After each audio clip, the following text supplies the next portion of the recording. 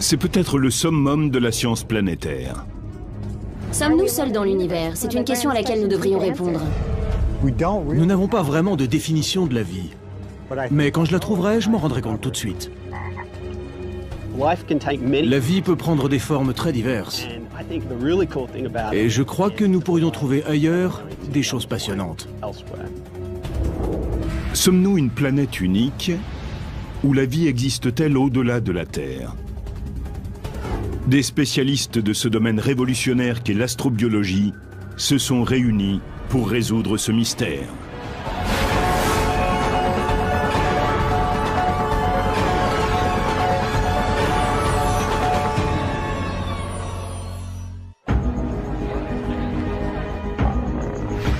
La vie est-elle rare dans l'univers ou l'espace est-il un zoo galactique qui grouille de toutes sortes de créatures?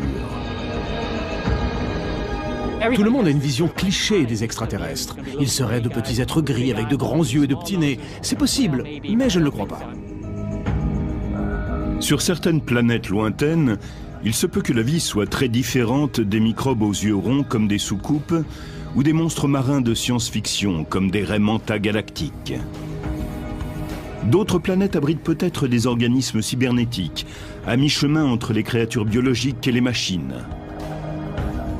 Il y a un moyen de comprendre cette idée d'extraterrestre. C'est de tenter d'imaginer nos propres possibilités dans le futur. Peut-être l'humain possédera-t-il un jour les capacités de la machine? Je me sens déjà comme un hybride entre l'homme et la machine. Je veux dire que j'ai cet ordinateur portable que j'emporte partout avec moi et qui est vraiment comme un troisième hémisphère de mon cerveau. Mon corps même est en train de changer et de devenir une structure qui serait une personne utilisant un ordinateur. Au fond, je deviens un homo-ordinateur. L'univers est peut-être empli de formes de vie. Pour l'instant, nous n'en avons pas encore la preuve. Mais en attendant, on la cherche. Quand il s'agit de traquer la vie extraterrestre, le spécialiste des planètes et musicien David Grinspoon adopte un autre rythme.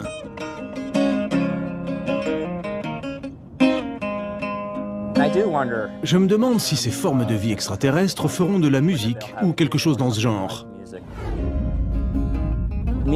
Au fond, la musique, ce sont des ondes et des rythmes. Et cela correspond à la nature de notre univers. On y trouve une certaine musicalité simplement dans le fait que tout est vibration, ondes, rythme et modulation.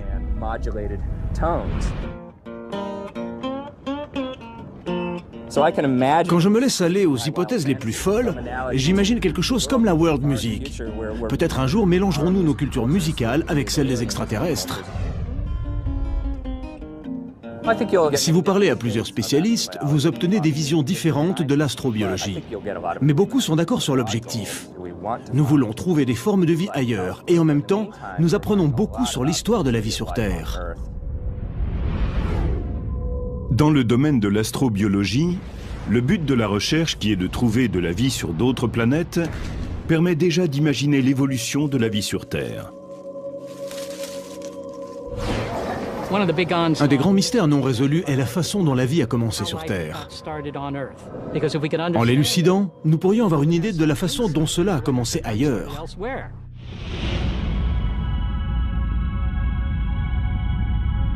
La Terre est en orbite dans ce que nous appelons une zone habitable. C'est une région de l'espace où les conditions sont favorables à des formes de vie, comme sur notre planète. Nous sommes juste à la bonne distance du Soleil, si bien que nos océans ne s'évaporent pas. La température n'est ni trop chaude, ni trop froide. Et notre atmosphère contient de l'oxygène, ce qui nous permet de respirer. La Terre a été un paradis cosmique pour tous les types de vie, des plus petits organismes unicellulaires, comme la bactérie, jusqu'aux grands mammifères multicellulaires, dont l'homme. On pense que toutes les formes de vie terrestre descendent d'un ancêtre unique, un microbe datant d'environ 3,4 à 3,8 milliards d'années.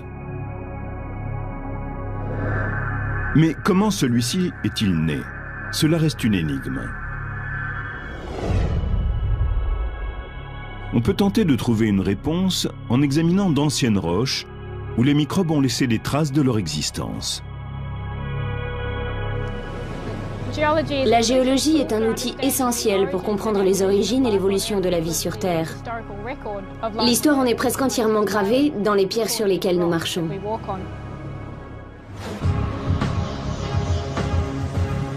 Pour découvrir les origines de la vie, la géologue Abigail Allwood n'a pas eu besoin d'aller beaucoup plus loin que son jardin. Dans la région du Pilbara, en Australie occidentale, on trouve certaines des plus vieilles pierres de la planète. Elles ont près de 3,5 milliards d'années. Dans le Pilbara, on trouve des pierres du début de l'Archéen qui ont survécu jusqu'à nos jours. Il y en a plusieurs groupes qui renferment les indices possibles d'une forme de vie. La Terre existe depuis environ 4,6 milliards d'années. Mais la plus grande partie de la surface originelle a disparu à cause des mouvements tectoniques et de l'érosion. La croûte extrêmement épaisse du Pilbara lui a permis de résister à ces processus géologiques destructeurs. Le Pilbara n'a pas été trop affecté par le mouvement des plaques tectoniques. Les pierres sédimentaires sont prêtes à ce que nous interprétions leurs marques. Il y a également des pierres sédimentaires du même âge en Afrique du Sud. Mais jusqu'à présent, il semble que le témoignage fossile du Pilbara soit plus riche.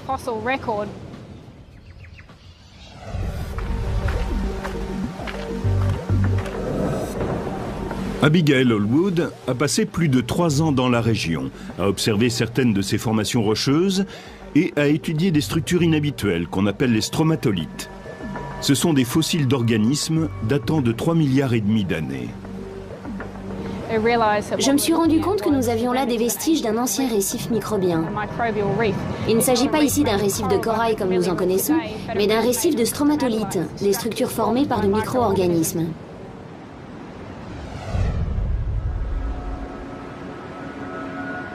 Les stromatolithes sont des structures rocheuses qui se sont formées au fond de la mer. Là, de fines couches de sédiments se sont accumulées en cônes, en dômes et sous d'autres formes au cours d'une longue période de temps avec l'aide de minuscules organismes. Le stromatolithe lui-même n'est pas vivant, c'est une structure composée d'éléments vivants. Lorsqu'on en découvre un dans un gisement fossile, c'est comme si l'on trouvait une empreinte de micro-organismes morts il y a longtemps. Il est rare de trouver des microbes fossilisés intacts dans d'anciens stromatolithes. Et sans cela, il est très difficile d'affirmer qu'on tient la preuve d'une forme de vie.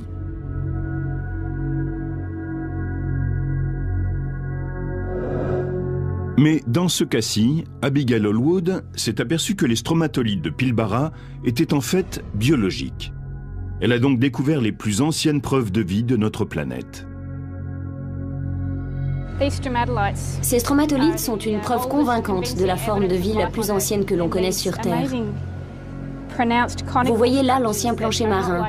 Ces structures coniques incroyablement marquées ne ressemblent en rien aux ondulations qu'on s'attendrait à voir au fond de la mer, où il n'y a pas de forme biologique.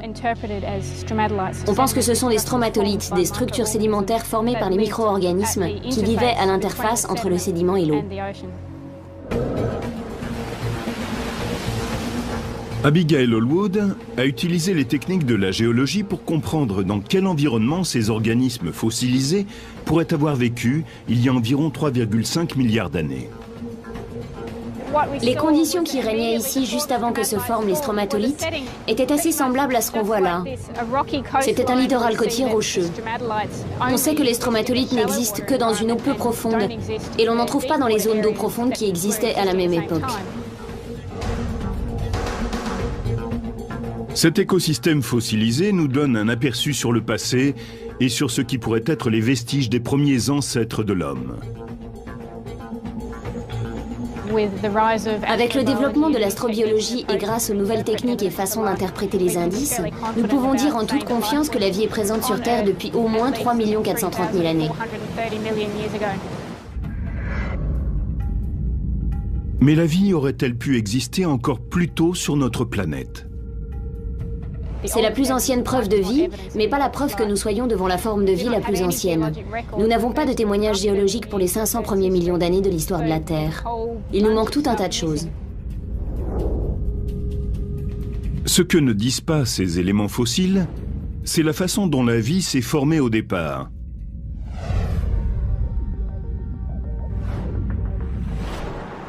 Nous autres, humains, sommes des descendants de poussière d'étoiles. Il y a 4,6 milliards d'années, des débris stellaires ont créé de vastes nuages de gaz à l'intérieur du système solaire. Ces nuages gazeux ont donné naissance à des particules de poussière qui se sont agrégées et ont été entraînées à former de gros amas de pierre et de glace, les astéroïdes et les comètes. Au cours de millions d'années, ces objets sont entrés en collision et se sont réunis pour former des planètes, dont la Terre. Durant cette phase de bombardement, la Terre était un monde d'eau, chaud et toxique. Mais au cours de cette période instable, la vie a pu naître sous la surface de la mer, dans des fissures hydrothermales qui se sont formées près des volcans. Là, les éléments chimiques et l'énergie de l'atmosphère auraient amené la création d'un cocktail d'acides aminés qui sont les éléments essentiels de la vie. Une des hypothèses les plus répandues est que la vie s'est développée autour d'une fissure hydrothermale, parce qu'il y régnait des conditions particulières. On y trouvait une eau plus profonde qui offrait une protection contre les impacts. Un environnement d'eau plus profonde aurait été peu sûr pendant la période de fort bombardement. Mais pour l'astrobiologie, la question essentielle est où est apparue l'étincelle qui s'est emparée de la matière inerte pour la changer en matière vivante? Chris McKay est un géant dans le domaine de l'astrobiologie. Ce savant de la NASA a passé plus de 25 ans à tenter de décoder l'origine de la vie sur Terre et de la découvrir aussi ailleurs. Il y a tout un tas de théories qui suggèrent que tout ce qui est nécessaire à la vie aurait été créé ici sur Terre. Ainsi, le matériau organique qui a donné naissance à la première forme de vie pourrait avoir été produit quand des éclairs ont frappé notre planète. Une autre théorie est que les composés organiques à l'origine de la vie n'ont pas été créés sur Terre, mais y sont venus. Les comètes, par exemple, pourraient être une source d'éléments organiques, tout comme des météorites issus de Mars ou un astéroïde en train de chuter. Le matériau brut aurait été importé, mais la vie se serait développée sur place. Il y a encore une autre théorie selon laquelle les éléments organiques n'auraient pas seulement suscité la vie, mais l'auraient ramenée de l'extérieur. Nous ne savons pas laquelle choisir entre ces trois possibilités. Toute vie sur Terre se construit à partir d'éléments essentiels, parmi lesquels le carbone, l'hydrogène, l'oxygène, le nitrogène, ainsi qu'une vingtaine d'autres. Mais il s'avère que les éléments fondamentaux sont l'eau et le carbone. Nous connaissons bien le carbone et l'eau en biologie. Cela semble être les meilleurs éléments pour que cela fonctionne. Les savants pensent que pour avoir une chance de découvrir une forme de vie extraterrestre, il faut rechercher des traces de carbone et d'eau sur les planètes de notre système solaire. Mercure et Vénus sont trop proches du Soleil pour garder l'eau sous forme liquide ou posséder une atmosphère comme celle de la Terre. Mais qu'en est-il de Mars, la quatrième planète à partir du Soleil? De même qu'on étudie les plus anciennes preuves de vie sur Terre, on pourrait le faire sur Mars. Nous avons des indices sérieux qui indiquent que par le passé, Mars aurait été plus hospitalière, plus humide et plus chaude, et qu'elle avait une atmosphère. Aujourd'hui, Mars ressemble à un désert de poussière rouge. Son atmosphère est tellement mince que de l'eau liquide gèlerait et s'évaporerait en même temps. Mais un examen topographique nous fait découvrir des calottes polaires gelées, des rigoles et des volcans, dont le mont Olympe, le plus vaste du système solaire. Ainsi pourrait-il encore exister de l'eau liquide sous la surface, là où les températures sont plus chaudes.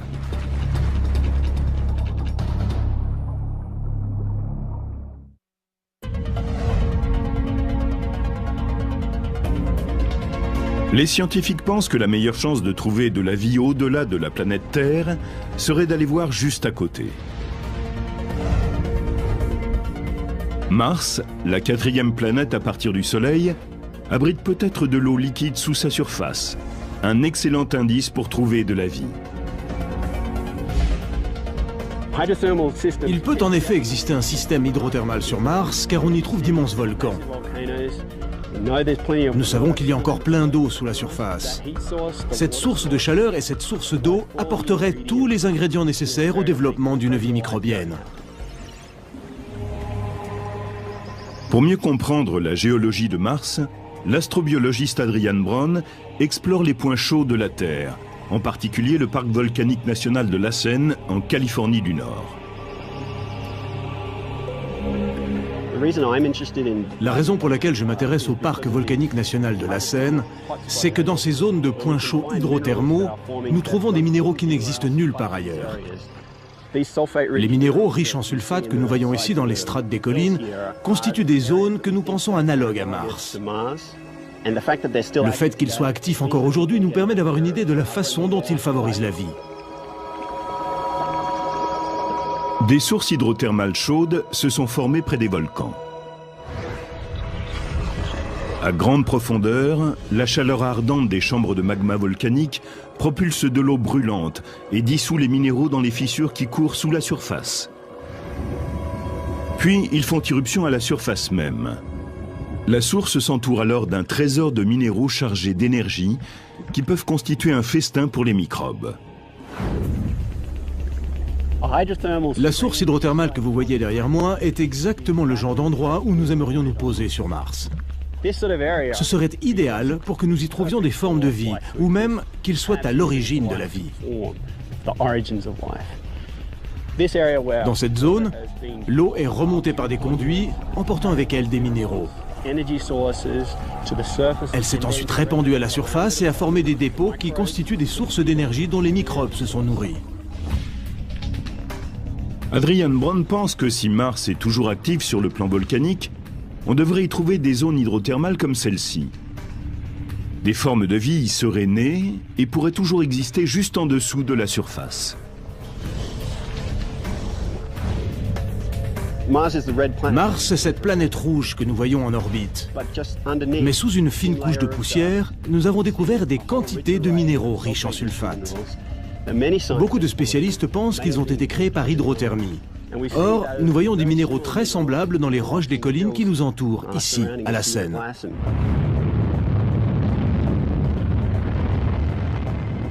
En 2006, la sonde de reconnaissance de la NASA, Gravity Probe, arrive sur la planète rouge. Elle est équipée d'un spectromètre, le Compact Reconnaissance Imaging Spectrometer for Mars, plus connu sous l'acronyme CRISM. Cet appareil va révolutionner notre vision de la planète. À l'aide de lumière visible et infrarouge, cet instrument a scanné une preuve d'eau liquide ancienne dans Valles Marineris, un immense réseau de canyons tracé à la surface par le volcan du mont Olympe. Cette zone contient de nombreux dépôts hydrothermaux.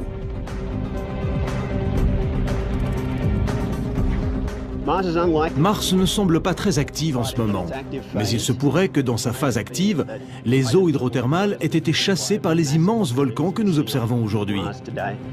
Et la planète peut avoir vu la formation de systèmes hydrothermaux actifs comme ceux-ci et avoir amassé une couche de minéraux riches en sulfate sous sa surface.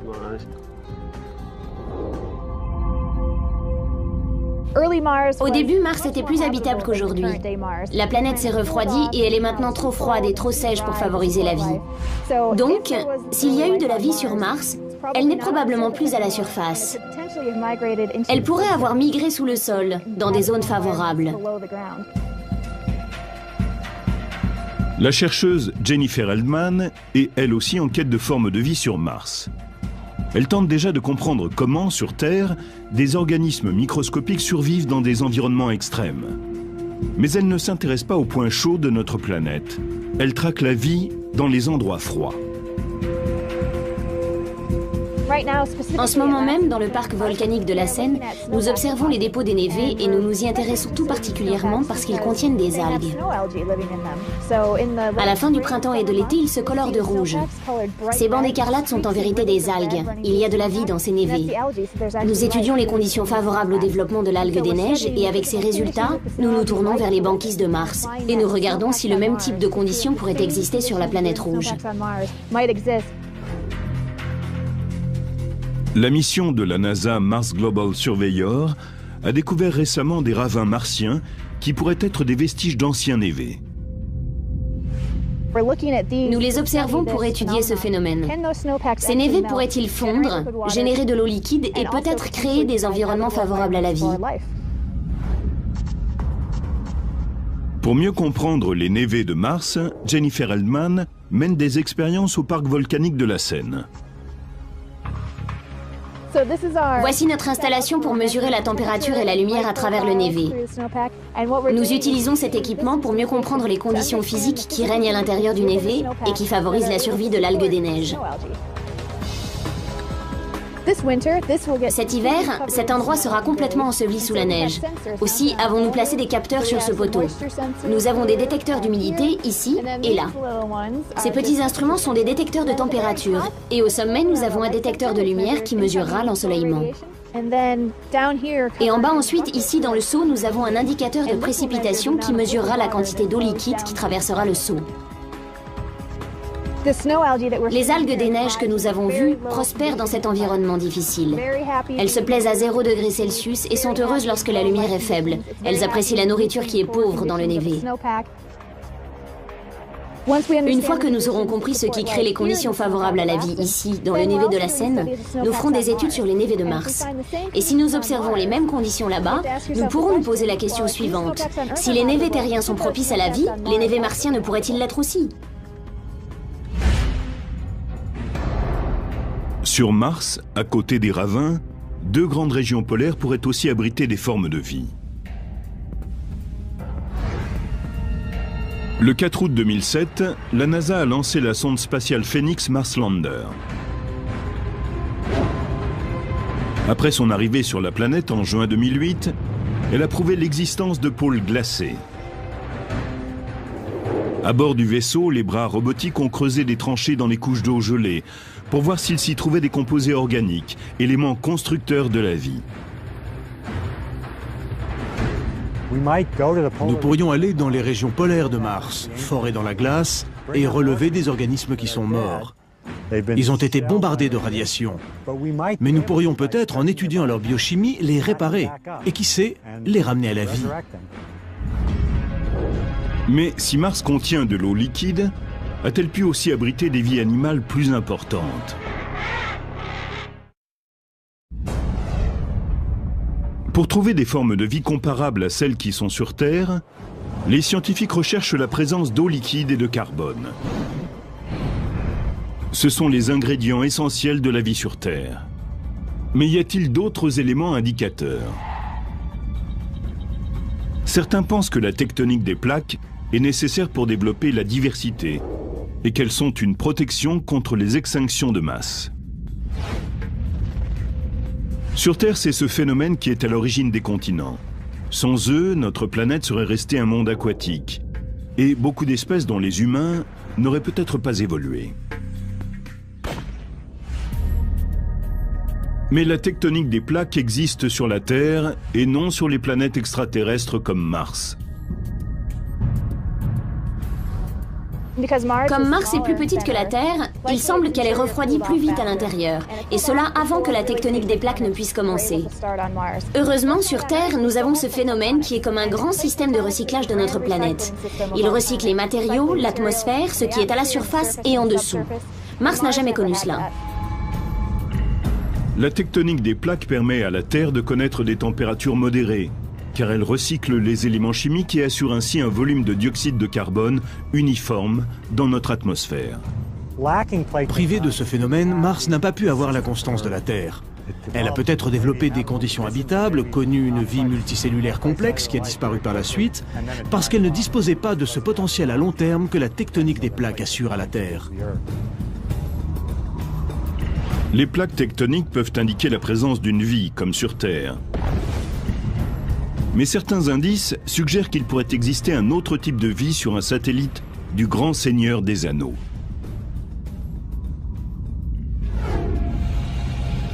En 2004, la mission Cassini de la NASA a effectué des vols de reconnaissance autour de la géante gazeuse Saturne.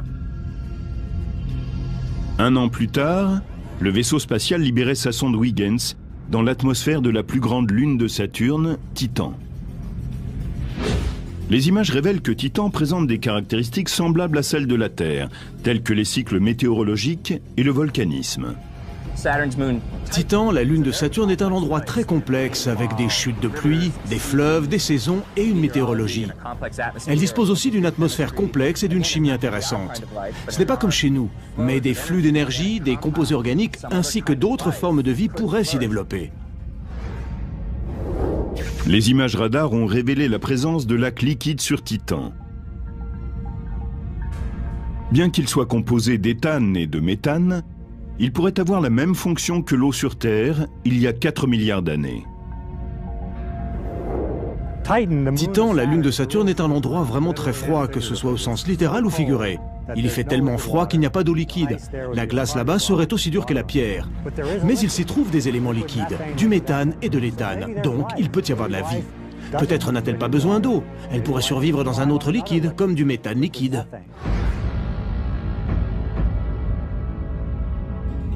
La température de Titan est de moins 183 degrés Celsius.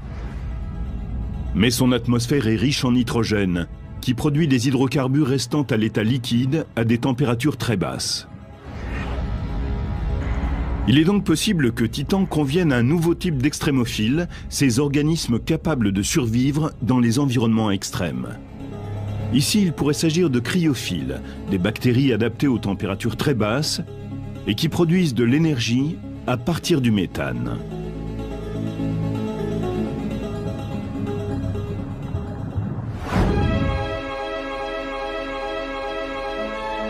Chris McKay en a observé sous les lacs couverts de glace de l'Antarctique.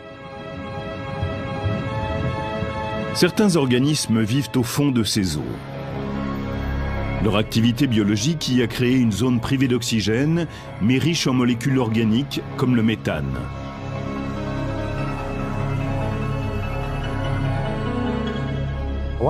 Il existe dans l'Antarctique un écosystème intéressant, ce sont les lacs gelés. Ils sont recouverts en permanence d'une couche de glace d'environ 2,50 m d'épaisseur. Sous la glace, il y a de l'eau sous forme liquide.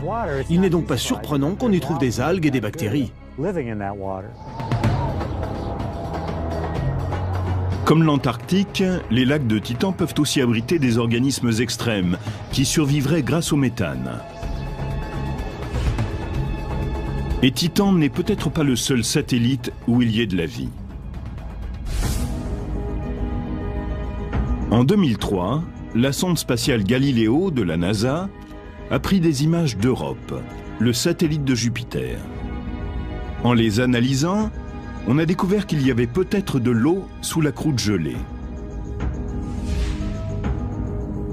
Les scientifiques pensent qu'Europe possède un océan de plus de 75 km de profondeur. On y trouve aussi des signes d'activité volcanique. L'eau gelée pourrait être réchauffée au fond de l'océan par des conduits volcaniques jusqu'à devenir liquide. Cela favoriserait la production d'éléments chimiques nécessaires à la vie. Nous avons des preuves très convaincantes qui montrent que sous la surface glacée, il y a un océan, de l'eau et peut-être de la vie. Nous savons également qu'il y a des sources d'énergie possibles sur Europe. Tous les ingrédients sont donc là pour développer des formes de vie. Europe est recouverte d'une couche de glace qui peut atteindre jusqu'à 9 km d'épaisseur. Il est donc peu probable qu'un vaisseau spatial soit en mesure d'atteindre cette eau liquide dans un avenir proche. Il serait réaliste de lancer une mission vers Europe pour chercher une trace d'organisme qui serait remontée à la surface à travers les failles et s'y serait déposée. Ces organismes seraient morts, mais ils auraient eu une existence biologique que nous pourrions étudier. Notre système solaire est rempli d'endroits intéressants. Dans notre quête de la vie, nous ne devrions en exclure aucun avant de l'avoir exploré à fond, car nous ne savons pas exactement ce que nous recherchons. Grâce à de nouvelles technologies, les astrobiologistes ont élargi leurs recherches. Ils s'aventurent maintenant au-delà de la Voie lactée.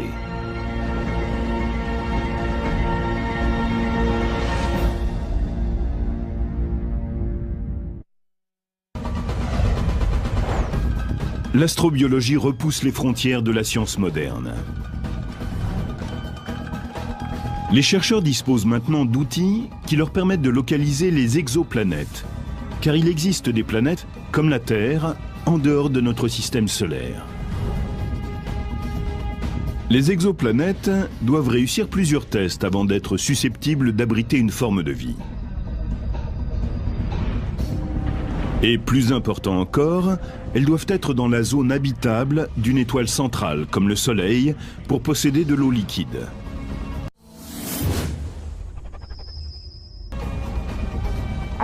Notre étoile est juste comme il faut. Elle n'est ni trop chaude ni trop froide et nous sommes juste dans la zone idéale pour qu'une forme de vie puisse se développer. En 2008, la NASA décide de lancer le télescope spatial Kepler pour rechercher des exoplanètes de la taille de la Terre. Il est équipé d'instruments capables de détecter ces exoplanètes en mesurant le changement de la courbe lumineuse d'une étoile, changement qui intervient lorsqu'une planète passe entre l'étoile et le vaisseau spatial. Geoff Marcy est l'un des plus grands chasseurs de planètes du monde. Nous estimons qu'il y a 50 milliards, ou peut-être 60 milliards de planètes comme la Terre, rien qu'à l'intérieur de notre galaxie, la Voie lactée. Et rappelez-vous que notre Voie lactée n'est qu'une des 100 milliards de galaxies qui lui ressemblent plus ou moins. Donc, le nombre de planètes comme la Terre dans notre univers est quasiment impossible à compter. Mais localiser une exoplanète ne représente que la moitié du combat pour un astrobiologiste. Au cours des 20 prochaines années, la NASA compte lancer le Terrestrial Planet Finder. Ce système de télescope spatial très sensible pourra déceler si une planète possède des gaz comme la vapeur d'eau, le dioxyde de carbone, le méthane et l'ozone, qui sont nécessaires pour qu'une forme de vie comme celle qu'on trouve sur la Terre puisse se développer. Une fois que nous avons cette image, nous pouvons en extraire la lumière de la planète, en disséquer toutes les couleurs ou longueurs d'onde, bleu, vert, jaune, rouge et même infrarouge, et les analyser pour avoir la composition chimique ou peut-être même biologique de cette planète. Nous pourrions trouver des signes de vie sous des formes variées, par exemple de l'oxygène. Quand il s'agit de produire la vie à plus grande échelle comme sur la Terre, une planète ou un satellite ont besoin d'oxygène.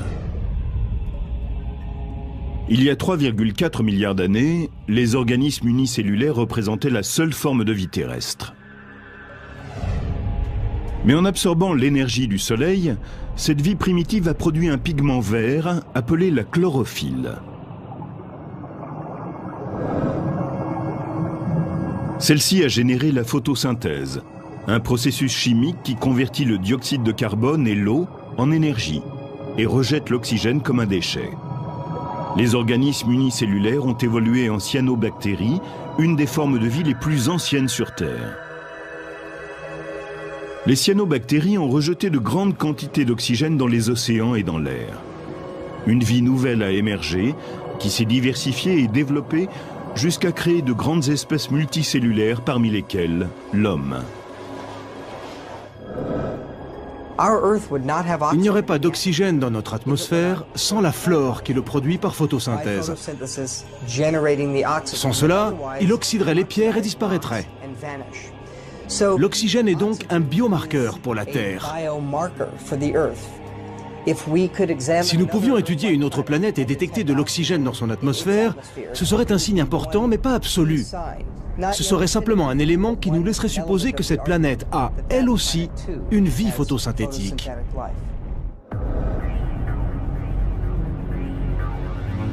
Au centre de recherche EMS de la NASA, l'astrochimiste Lee Babbitt et ses collègues cultivent sous serre des écosystèmes contenant de l'oxygène.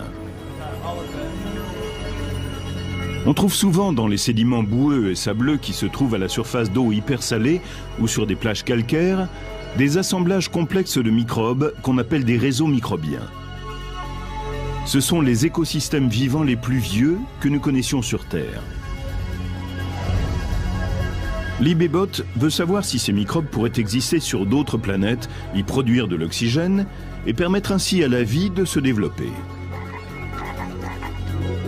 Nous savons que c'est en commençant à produire de l'oxygène par photosynthèse que ces écosystèmes microbiens, en particulier les cyanobactéries, ont commencé à transformer notre atmosphère. Nous voudrions bien savoir comment cela s'est produit, comment a eu lieu la transition, comment ces microbes se sont adaptés et dispersés pour finalement donner naissance à autant d'espèces sur toute la planète. C'est important pour que nous sachions ce que nous irons chercher dans des endroits comme Mars ou d'autres planètes extraterrestres.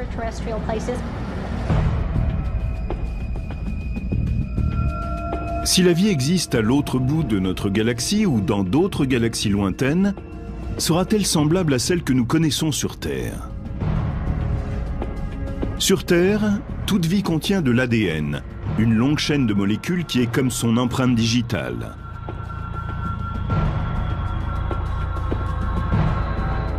Elle permet à la vie de se reproduire et d'étendre ses activités. Mais existe-t-il des alternatives? Ailleurs, peut-être la vie est-elle elle aussi basée sur le carbone et l'eau, mais sans avoir besoin d'ADN. Peut-être utilise-t-elle un type tout à fait différent de molécules pour stocker l'information. Ce serait très intéressant à savoir. Et pourrait-il exister une forme de vie qui n'aurait besoin ni d'ADN, ni de carbone, ni d'eau? Il se peut que notre planète soit finalement ridicule comparée à d'autres. Peut-être certaines sont-elles beaucoup plus avancées que nous. Certains de mes collègues en recherche astrobiologique cherchent des formes de vie que je qualifierais méchamment de stupides. Ils recherchent essentiellement des microbes ou quelque chose d'un tout petit peu plus grand.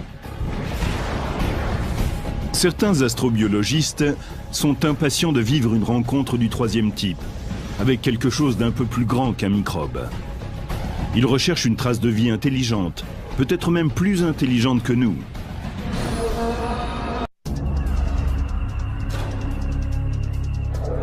Cette quête va au-delà du royaume des bactéries visqueuses. Une équipe d'experts en astrobiologie veut établir un contact avec quelque chose de plus grand. Bien sûr, le programme SETI recherche une forme de vie intelligente extraterrestre. Mais elle ne doit pas seulement être intelligente, elle doit avoir également des compétences technologiques. L'Institut de recherche d'une intelligence extraterrestre, connu sous le nom de SETI, utilise la technologie radio pour capter des émissions de civilisation extraterrestre. Se basant sur le principe que les humains ont besoin de communiquer, on pense que des populations extraterrestres pourraient, elles aussi, vouloir diffuser un message. Nous essayons de traquer des signaux, soit des ondes radio que nos antennes capteraient, soit des rayons laser lumineux. Ils pourraient utiliser de grands lasers pour envoyer des ondes lumineuses dans notre direction. Je ne suis pas un homme, je suis un microbe. Je suis aussi Seth Shostak de l'Institut SETI, dont la mission est de comprendre la nature et l'origine de la vie dans l'univers. Je suis Molly Bentley, bienvenue à l'émission Sommes-nous seuls? Nous vous rappelons qu'il y a plus de formes de vie que celles que vous voyez dans un zoo. À l'Institut SETI, l'astronome Seth Shostak anime une émission de radio régulière qui est ensuite podcastée. Où est-ce qu'on fichera le camp avec ces microbes? Tu en as déjà pas mal sur toi. Mais écoutons les microbes extraterrestres. Shostak diffuse des informations scientifiques destinées aux terriens, aussi bien qu'à d'autres civilisations avancées qui auraient l'idée de l'écouter. Merci d'être avec moi aujourd'hui, Cynthia Phillips. Nous aimons tellement la radio que nous avons démarré une émission hebdomadaire. Et nous diffusons largement maintenant. Beaucoup de gens s'intéressent à SETI, parce que tout le monde s'intéresse aux extraterrestres, de même que tout le monde s'intéresse aux dinosaures. Les gens aiment ça, c'est tout. Nous tentons de profiter de cet intérêt pour les mener vers des sujets scientifiques et technologiques plus vastes. Le SETI cherche à capter des signaux depuis les années 1960, mais E.T. n'a pas encore fait signe. Ce silence a entraîné un certain scepticisme. Nous allons trouver de nombreuses planètes avec de la vie. Je suppose que l'intelligence sera rare et qu'elle ne sera pas semblable à l'intelligence humaine. Ils ne seront pas intelligents de la même façon que nous. Mais ce sera exceptionnel. Ça, c'est mon intuition. Les extraterrestres ne peuvent venir ici plus vite que la lumière, les lois de la physique ne le permettent pas. Cela signifie que depuis que nous émettons, disons environ 60 ans, il n'aurait pu arriver que d'une planète qui serait à moins de 30 années-lumière. Et il y a assez peu de planètes à l'intérieur de cette distance.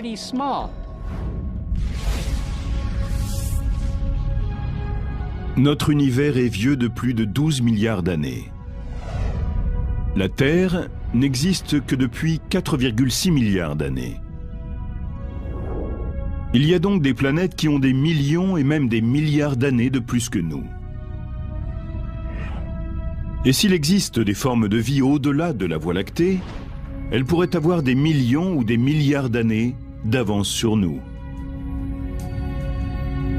Je pense que si jamais des espèces vraiment intelligentes arrivent chez nous, elles nous regarderont comme des fourmis ou des bactéries, comme un type de vie primitive.